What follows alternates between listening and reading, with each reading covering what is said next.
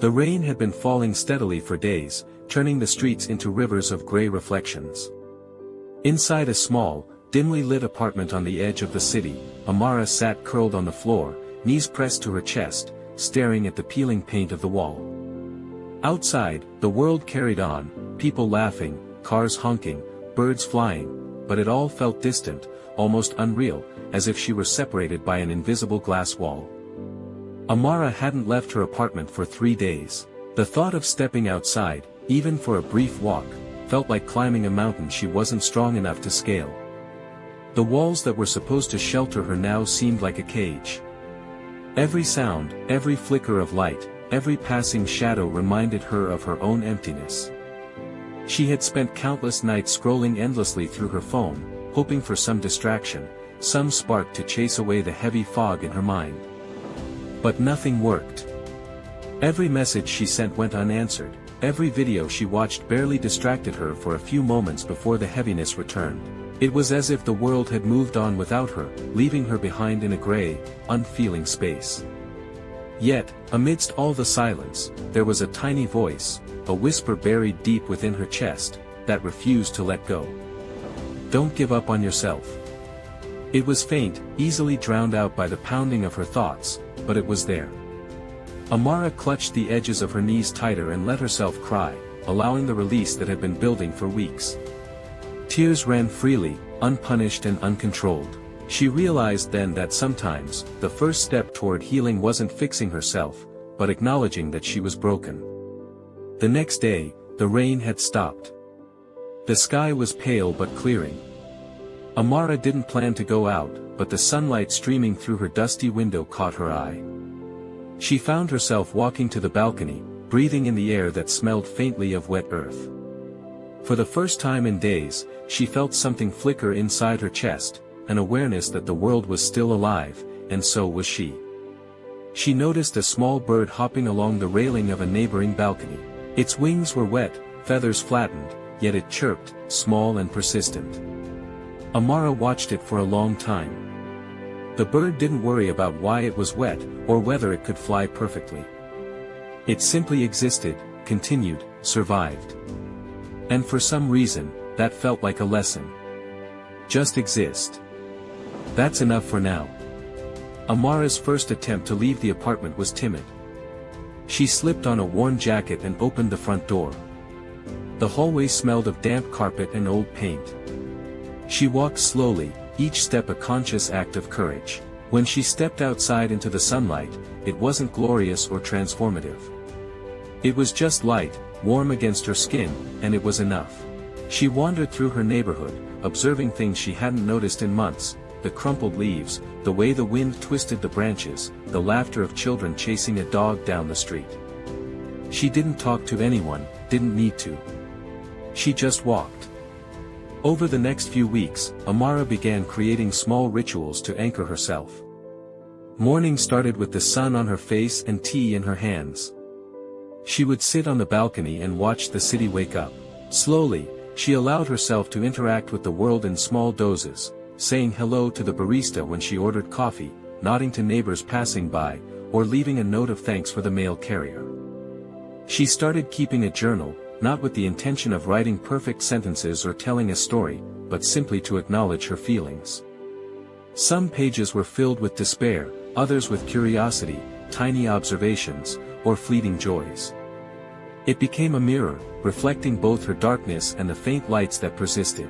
One day, she noticed a stray cat lurking near the entrance of her apartment building. Its fur was matted, eyes wary but curious.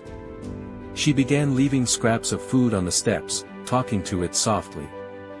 Slowly, the cat became her companion, following her during her short walks and sitting with her on the balcony. The simple act of caring for another life reminded her that she could be gentle, capable, and loving, even toward herself. Amara's depression didn't vanish overnight. There were mornings when the heaviness returned, pressing on her chest like a stone. But by now, she had a small toolkit to cope: sunlight, movement, words, and connection, even if it was with a bird, a cat, or herself. She discovered that creativity was another lifeline. She began sketching, lines, abstract shapes, faces, or moments from her daily life. Her hands remembered the motion of drawing before her mind had remembered the feeling of joy. Each completed sketch was a small victory, a whisper from her inner voice, "You still have something to give." Music became her companion too. She would sit by the window, listening to the gentle strums of a guitar, letting the lyrics settle over her like a blanket. Sometimes she cried. Sometimes she smiled. Sometimes she simply sat in silence, letting the sound carry her somewhere that felt safe. One afternoon, Amara wandered into a small, quiet park she had never noticed before. The sun shone through the branches, scattering dappled light across the grass. She sat on a worn bench and watched the people around her, children playing, a man reading, an elderly woman feeding pigeons. She noticed how everyone had their own rhythm, their own struggles, yet they moved forward. The realization struck her, everyone was fighting something invisible, yet life continued anyway. That evening, she returned home and wrote in her journal, "It's okay to not be okay, but don't give up on yourself." She wrote it repeatedly, letting the words settle deep within her chest. She realized that healing didn't mean being happy all the time. It meant showing up for herself, no matter how small the act. Weeks turned into months. Amara began venturing farther from her apartment. She discovered second-hand bookstores, cafes with quiet corners, small alleys lined with murals that made her heart lift. She would bring her journal and sketchbook along, capturing moments that once would have passed unnoticed. She noticed her mind still struggled with waves of sadness, but now there were breaks in the waves, moments of clarity, warmth, and hope. She also found a small online support group.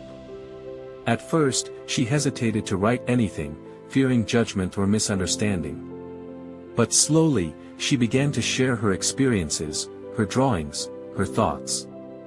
And slowly, she discovered that others listened, understood, and shared back. The isolation that had once felt so unbreakable began to soften. One evening, she opened her window and looked at the sunset.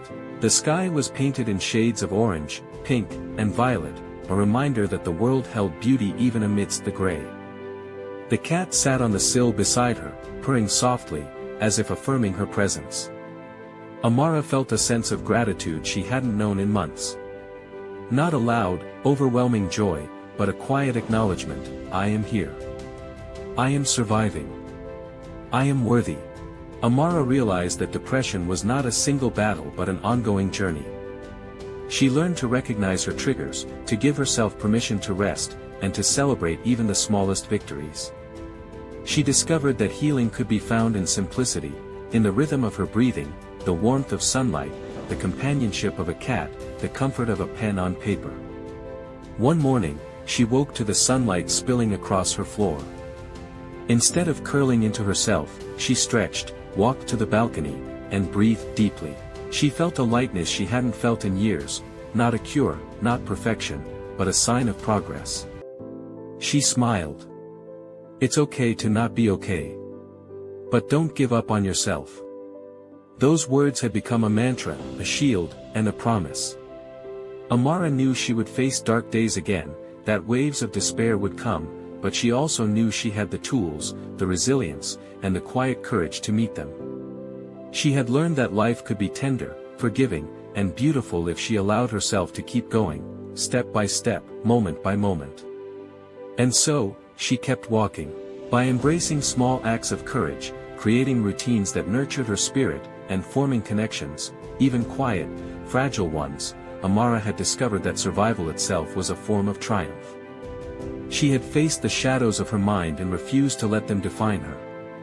She had found hope not in grand gestures or external achievements, but in her own persistence. Her story was not one of sudden recovery or dramatic breakthroughs. It was a story of ordinary courage, of finding light in darkness, and of learning that it was possible to care for oneself even when the world felt heavy. Amara had learned the most important lesson of all: the world didn't require her to be perfect, or productive, or even happy every moment. It only required her to show up, to stay present, to breathe, to love herself enough to keep trying. And she did.